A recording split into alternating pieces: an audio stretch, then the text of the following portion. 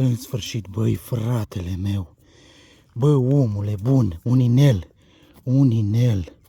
Un inel, frate. Un inel. Astăzi detectăm într-o zonă pe care puțini au căutat-o, între pădure și sat, acolo unde istoria a trecut de sute de ani. Am un feeling că aici se ascunde ceva serios.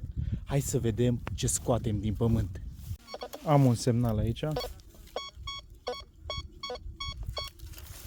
Nu știu ce ar putea fi. Aici, în zona asta. Ce vrea să fie asta? Uite, și un cui. Ia să vedem. Ce vrea să fie asta? Bă, să nu zici că e zurgălău. Să nu zici că e zurgălău. La cum se vede, are o nestemată. O piatră. A fost, cred că, agățată la animale. Și aici mai am o bucată. Nu e într-o stare foarte bună, dar a sunat destul de fain. Fain. Frumos e. Mă așteptam să fie într-o stare mai bună, dar cum s-au lucrat terenurile, așa l-am găsit. Băi, fratele meu, o bucată de inel. Inel.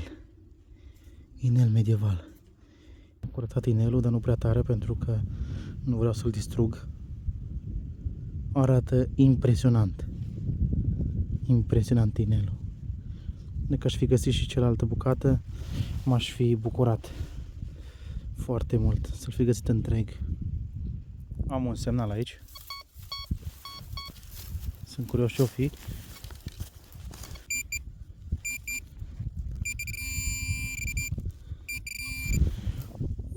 O monedă! Bine, mă! Bine, mă, o monedă! Bine, mă! 1000 de lei. 2004. De când n-am mai văzut una de asta.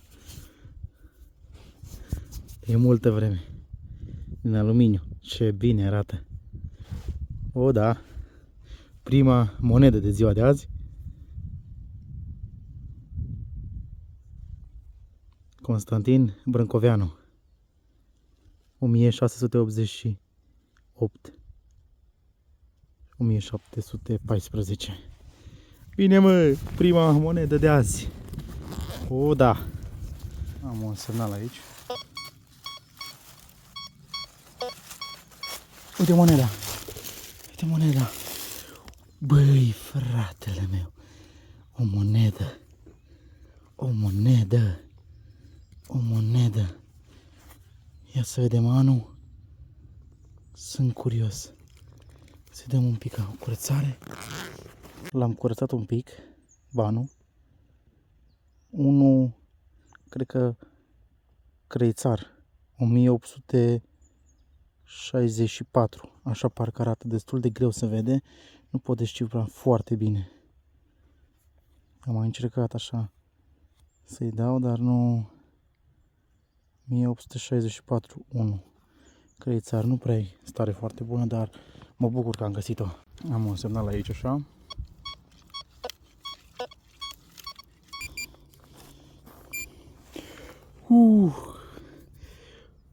Wow! Ce e asta? Ei, un nasture. Un nasture vechi.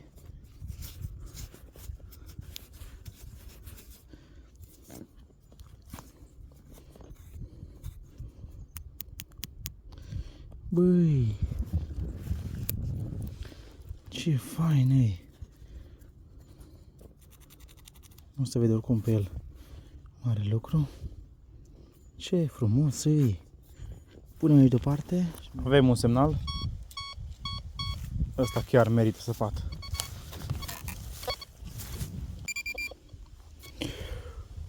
Băi, fratele meu, o monedă. O monedă. O monedă. Mamă, mamă. Ia să vedem ce monedă e asta. Ce monedă e asta? Foarte mâncată, degradată. Siguranță e monedă, la cum scrie sus aici. Scrie aici ceva.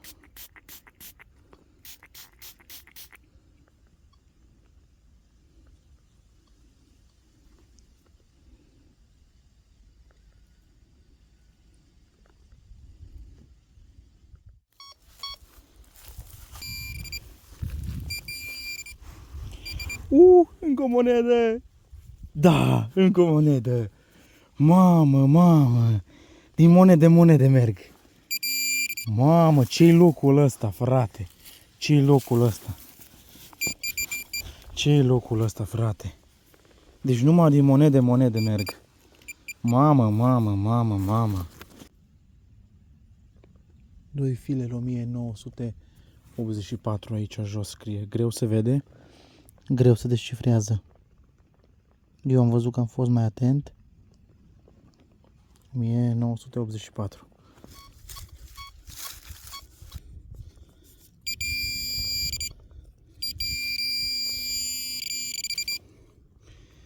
În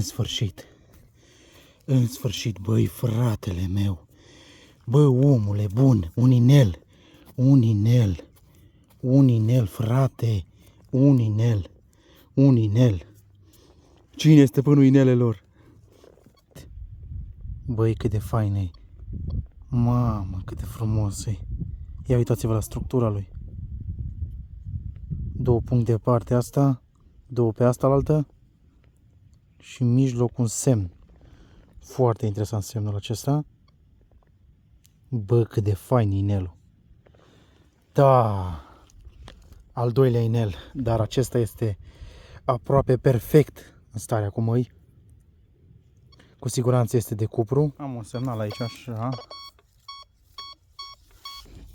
Unde a zburat?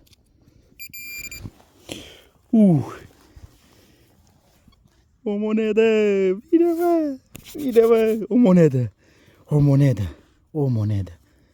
monedă, bine, mă, o monedă. Haideți să o curățăm un pic.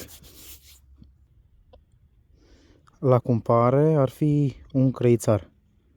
Nu prea pot să văd anul, dar o suna destul de fain aici, în zona asta. Asta a fost aventura de azi, oameni buni. 2 inele medievale scoase din pământ după sute de ani. Și mai mulți bănuți care au scris istorie în felul lor. Fiecare semnal poate ascunde o poveste. Și azi am avut norocul să dezgropăm câteva file din trecut. Dacă îți place aventura, istoria și emoția fiecărui semnal din detector, apasă butonul de abonare ca să fii cu mine la următoarele descoperiri. Lasă-mi în comentariu care monedă ți-a plăcut cel mai mult. Ne vedem la următoarea ieșire pe teren. Pământul încă mai ascunde comori.